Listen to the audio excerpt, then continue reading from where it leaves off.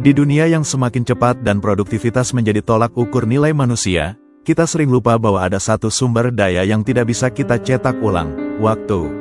Segala hal bisa kita upayakan ulang, ide, usaha, bahkan uang. Uang bisa dicari, bisa disimpan, bisa dikembangkan, bahkan bisa diwariskan lintas generasi.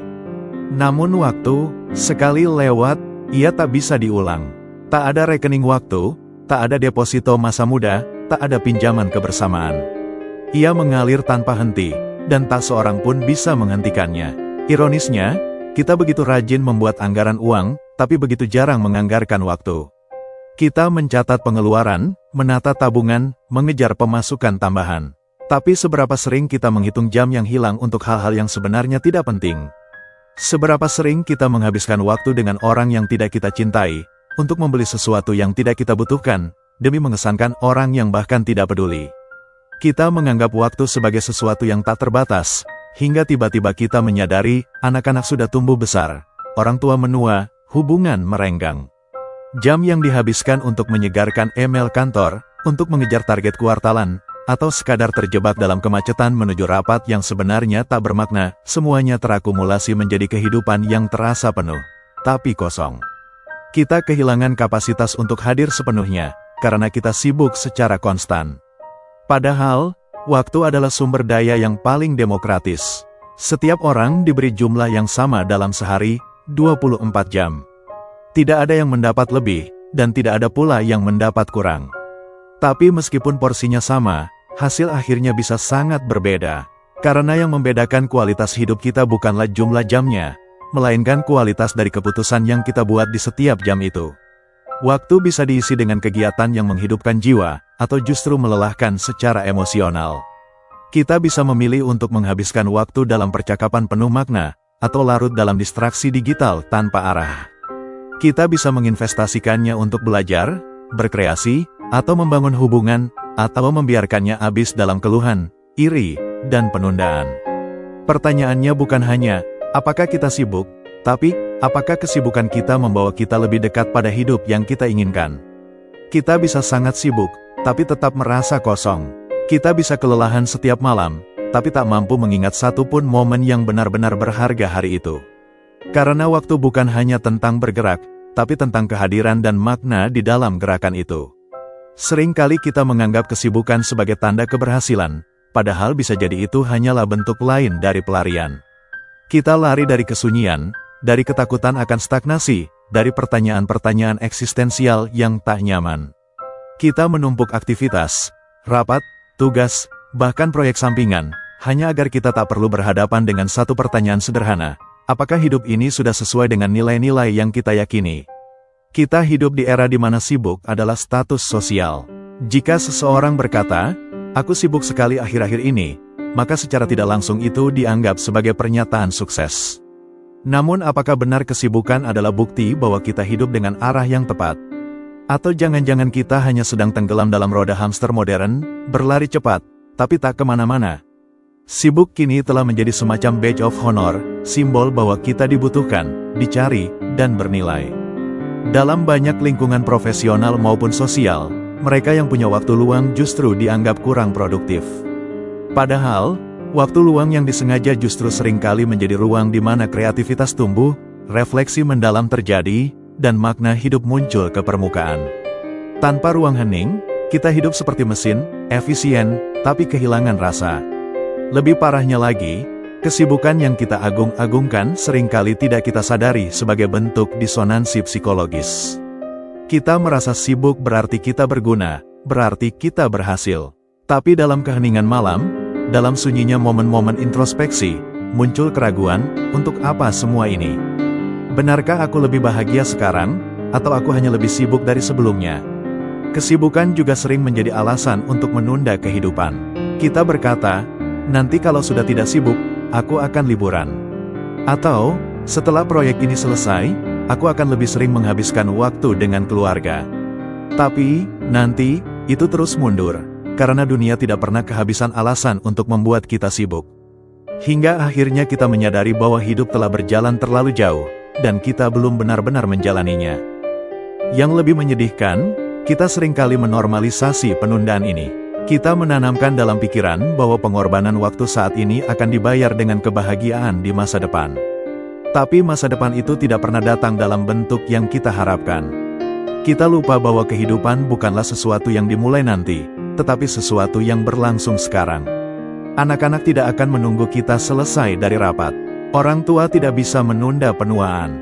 Cinta, kesehatan, persahabatan, semuanya tidak bisa ditaruh di kalender untuk dijalani kemudian. Kita mengira kita sedang membangun kehidupan yang lebih baik, padahal kita sedang menjual hari-hari terbaik kita demi janji yang belum pasti. Kita mengira bahwa liburan, tawa bersama keluarga, dan waktu untuk diri sendiri bisa dibeli di masa depan dengan uang, padahal semua itu hanya bisa didapat jika kita memilihnya sekarang. Karena kebahagiaan, kehadiran, dan makna tidak bisa ditunda-tunda. Mereka adalah hasil dari keputusan harian, bukan akumulasi dari pengorbanan jangka panjang yang terus-menerus. Jadi, daripada terus berlari di atas roda tanpa arah, mungkin sudah waktunya kita berhenti sejenak.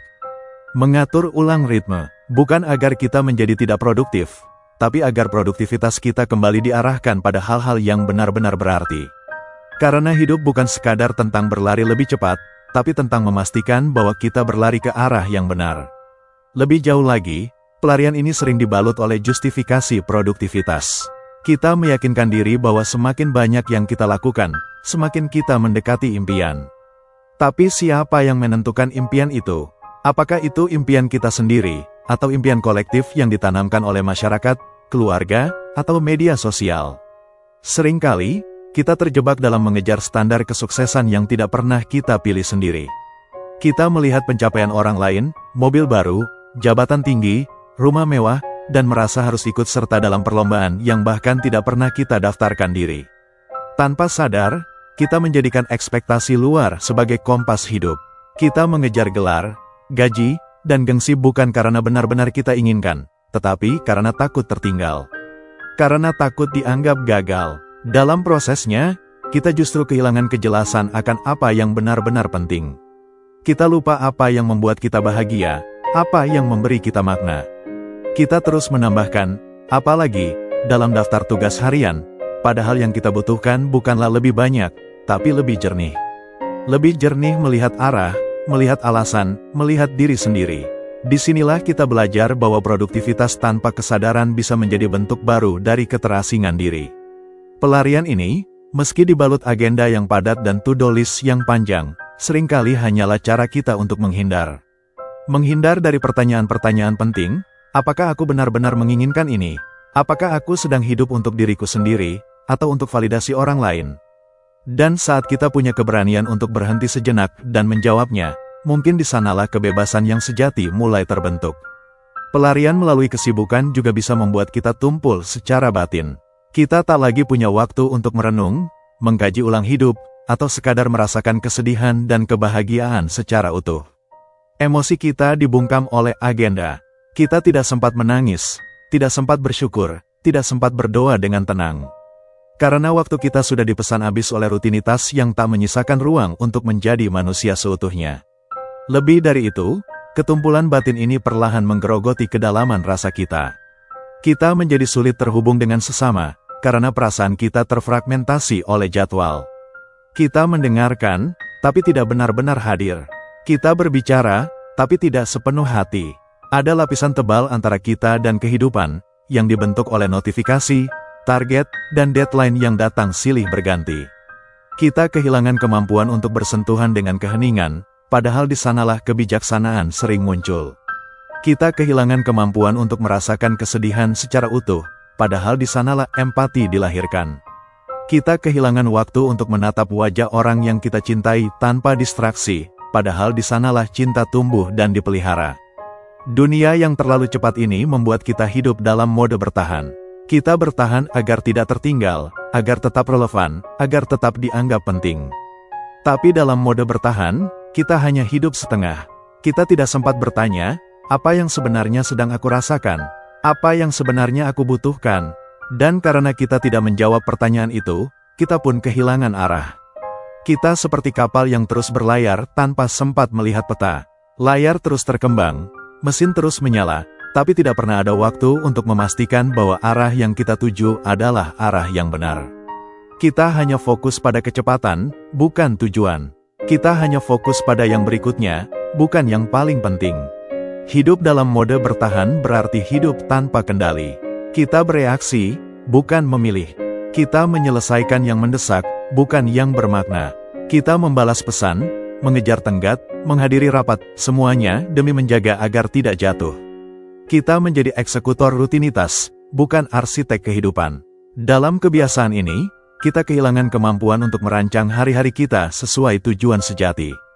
Namun apa yang terjadi ketika malam tiba, dan dunia mulai sunyi? Saat notifikasi berhenti berdentang dan layar ponsel tidak lagi menyala terang, kita berhadapan dengan keheningan yang sebenarnya, keheningan batin. Dan di sana, perlahan, muncul pertanyaan-pertanyaan yang tak bisa dijawab dengan aktivitas. Pertanyaan yang mengusik kedalaman, apakah aku benar-benar hidup hari ini, atau hanya bertahan? Apakah semua yang aku lakukan bermakna, atau hanya membuatku tetap sibuk? Kehampaan ini bukan sekadar rasa bosan, tetapi kekosongan eksistensial yang merayap perlahan, senyap tapi menekan. Ia muncul ketika rutinitas menggantikan refleksi, ketika kita terus bergerak tanpa tahu arah, dan ketika hidup terasa seperti daftar tugas yang tak kunjung selesai. Ini bukan kelelahan fisik semata, tapi keletihan batin yang dalam, sebuah rasa hampa yang menyeruak ketika nilai-nilai yang kita yakini tak lagi menemukan jalannya dalam tindakan sehari-hari. Kita bisa terlihat sangat produktif dari luar, berhasil dalam pekerjaan, sibuk dalam sosialita, bahkan tampak bahagia di media sosial, namun pada malam hari, dalam keheningan kamar tidur, muncul perasaan sunyi yang tidak bisa dijelaskan.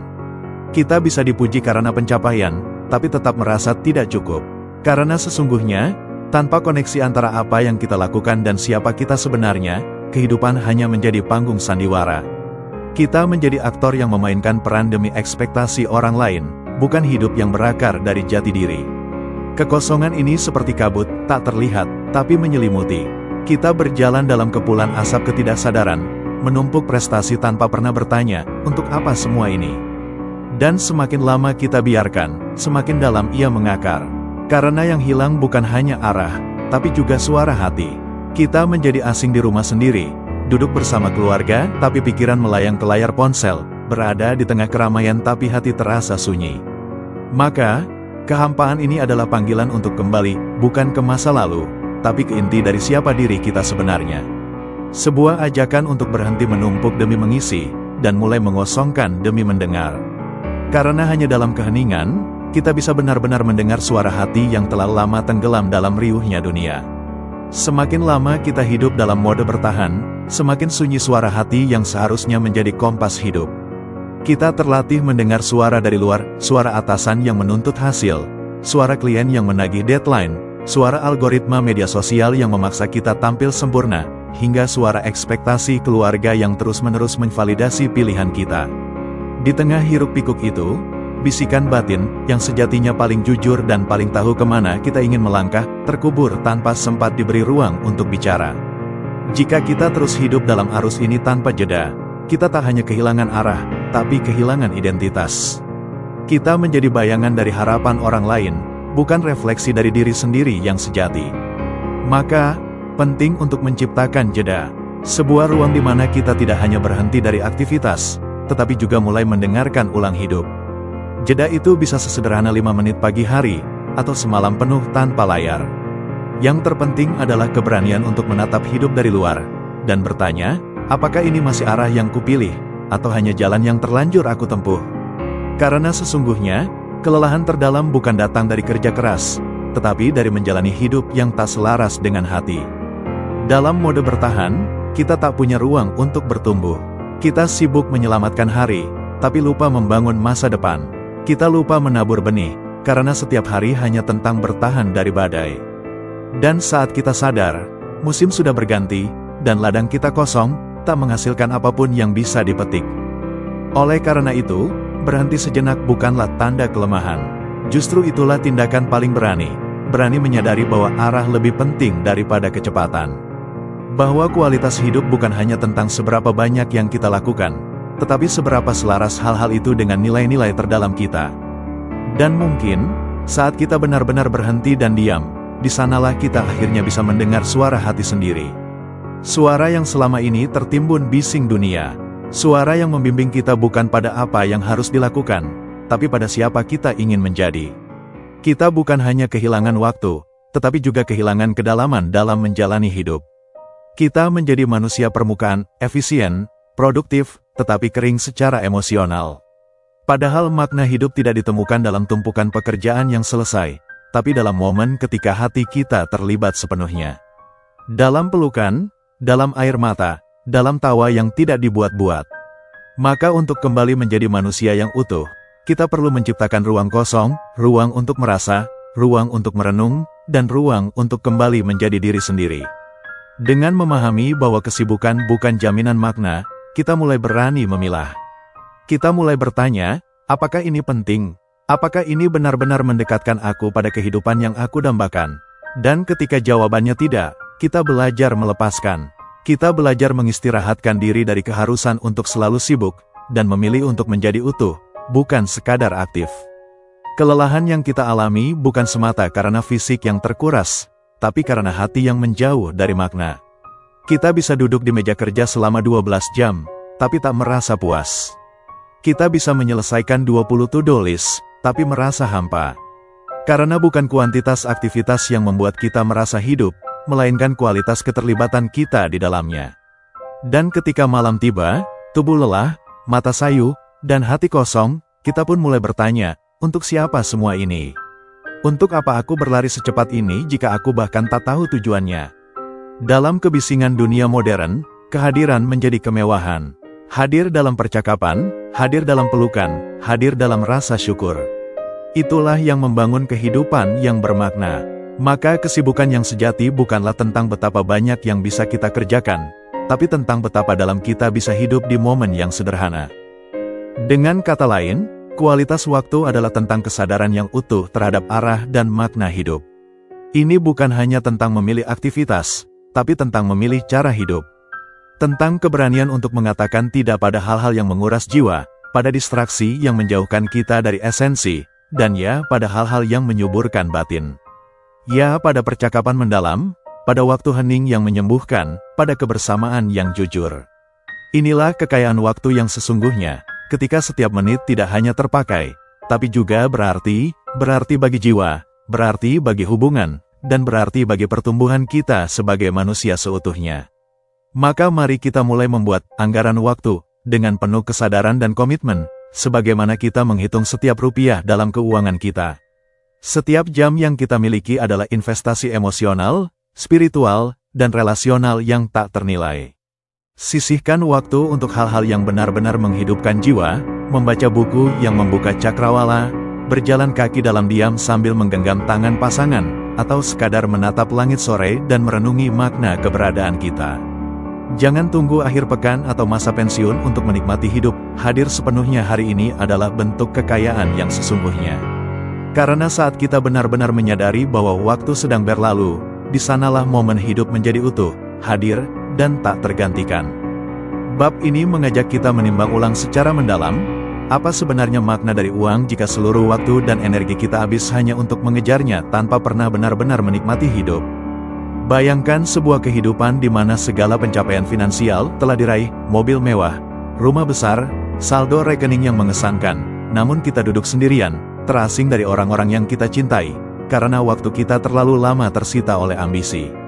Apa gunanya kekayaan jika untuk mencapainya, kita kehilangan momen-momen paling otentik dan tak tergantikan dalam hidup, tawa anak yang tumbuh begitu cepat hingga kita tak menyadari kapan mereka berhenti memanggil kita dengan suara polos mereka, percakapan hangat dengan pasangan yang kini mulai terasa canggung karena jarang terjadi, atau bahkan keheningan yang menyejukkan hati, keheningan yang bukan berarti kosong, melainkan penuh oleh kehadiran dan rasa syukur. Momen-momen inilah yang sesungguhnya membentuk esensi kehidupan, dan jika kita mengabaikannya demi mengejar angka-angka, maka bisa jadi kita telah menukar kehidupan yang bermakna dengan ilusi kemajuan semata. Waktu bukan hanya sesuatu yang kita miliki, ia adalah kehidupan itu sendiri. Ia bukan sekadar satuan jam atau menit dalam kalender aktivitas, tetapi jalinan momen yang membentuk kisah hidup kita. Ketika waktu habis, maka habis pula kemungkinan untuk mencinta, belajar, dan berkembang. Maka dari itu, memahami hubungan antara uang dan waktu bukanlah sekadar strategi finansial yang efisien, melainkan sebuah filsafat hidup yang menentukan kualitas makna, ketenangan batin, dan kedalaman kebahagiaan kita.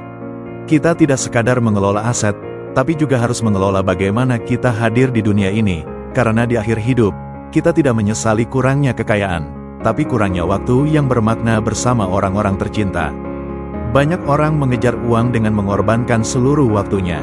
Mereka menunda liburan, menunda keluarga, bahkan menunda kesehatan, demi mencapai nanti. Tapi nanti tidak selalu datang. Dan jikapun datang, belum tentu kita masih punya energi atau semangat untuk menikmatinya. Uang dan waktu harus berjalan beriringan. Kita perlu belajar bukan hanya menghasilkan, tapi juga menikmati hasilnya, tanpa harus menunggu segalanya sempurna. Uang yang bijak adalah uang yang dibelanjakan untuk hal-hal yang memberi kita kembali sesuatu yang tak tergantikan, waktu. Waktu untuk hadir sepenuhnya dalam kehidupan, bukan sekadar mengisi hari dengan aktivitas. Waktu untuk memeluk anak sebelum tidur, berjalan-jalan santai bersama pasangan di sore hari, atau sekadar duduk tenang menikmati kopi dan kesunyian. Dalam dunia yang menuntut kecepatan, membayar orang untuk membersihkan rumah bukanlah kemewahan, tetapi keputusan sadar untuk hadir bagi keluarga. Mengurangi jam lembur, meski berarti kehilangan bonus, justru bisa berarti mendapatkan makan malam hangat dan tawa ringan bersama orang-orang tercinta. Membayar lebih untuk penerbangan langsung mungkin menguras dompet sedikit lebih dalam, tapi bisa memberi tubuh kita ruang untuk istirahat dan jiwa kita kesempatan untuk menyapa dengan senyum saat tiba di tujuan. Semua pilihan itu, yang tampak kecil di permukaan, sebenarnya adalah bentuk investasi emosional, investasi pada keutuhan waktu dan kehadiran. Kebijaksanaan finansial sejati adalah ketika kita menyadari bahwa hidup bukan tentang berapa lama kita bisa bekerja keras, tapi tentang seberapa dalam kita bisa menikmati waktu yang kita punya. Karena pada akhirnya, yang paling membekas bukanlah jumlah jam kerja yang kita habiskan, melainkan seberapa hadir kita dalam momen-momen kecil yang membentuk kenangan. Bukan pada angka di rekening, tapi pada pelukan yang tidak terburu-buru, tawa yang tidak terganggu notifikasi, dan percakapan yang tidak harus dipotong karena lembur. Waktu berkualitas bukan berarti kita harus bebas dari kesibukan, melainkan ketika kita mampu hadir sepenuhnya, jiwa dan raga, dalam setiap momen. Bayangkan kita duduk bersama pasangan, tanpa distraksi gawai, hanya ada percakapan tulus dan tawa yang mengalir begitu saja. Atau ketika kita makan malam bersama keluarga, dan setiap suapan terasa lebih hangat karena dibarengi tatapan mata dan cerita hari itu yang mengalir jujur. Bahkan ketika kita menatap mata anak kita, dan di sana ada rasa syukur yang tak bisa diungkapkan kata, karena kita benar-benar hadir untuk mendengarkan, tanpa tergesa, tanpa pikiran terbagi. Itulah momen yang menyuburkan makna hidup. Dalam keheningan yang tidak menuntut, dalam senyum yang tidak dipaksakan, dalam genggaman tangan yang tak terganggu notifikasi, di sanalah kita menemukan kekayaan yang tak bisa dibeli. Kita menyadari bahwa harta sejati bukan terletak pada banyaknya waktu luang, tapi pada kedalaman keterlibatan kita dalam waktu yang tersedia. Momen-momen ini menjadi akar dari kebahagiaan yang tenang, bukan hingar-bingar pencapaian, tetapi kesejukan yang datang dari kehadiran yang tulus dan utuh. Karena pada akhirnya, pekerjaan bisa digantikan, uang bisa dicari kembali, tetapi waktu, terutama waktu yang kita habiskan bersama orang-orang yang benar-benar berarti bagi kita, tak pernah bisa dikembalikan. Ia adalah investasi yang tak memiliki tombol undo, tak ada cadangan, dan hanya bisa dibayar sekali. Dan layaknya investasi paling berharga, hasil akhirnya sepenuhnya ditentukan oleh seberapa sungguh-sungguh kita memilih untuk hadir, untuk benar-benar berada di sana, secara penuh dan sadar. Kita bisa berada di ruangan yang sama, tapi hati dan pikiran bisa berada ribuan kilometer jauhnya, tersedot oleh kekhawatiran, ambisi, atau tuntutan yang tak kunjung usai. Maka dari itu, membangun kekayaan sejati bukan hanya soal mengumpulkan angka atau menambah aset. Ini soal membangun keberanian untuk berkata cukup, cukup sibuk, cukup ambisius, cukup mengejar. Karena dalam kecukupan itulah, kita bisa mulai menarik batas antara kerja dan hidup, antara kebutuhan dan keinginan, antara keberhasilan eksternal dan ketenangan batin.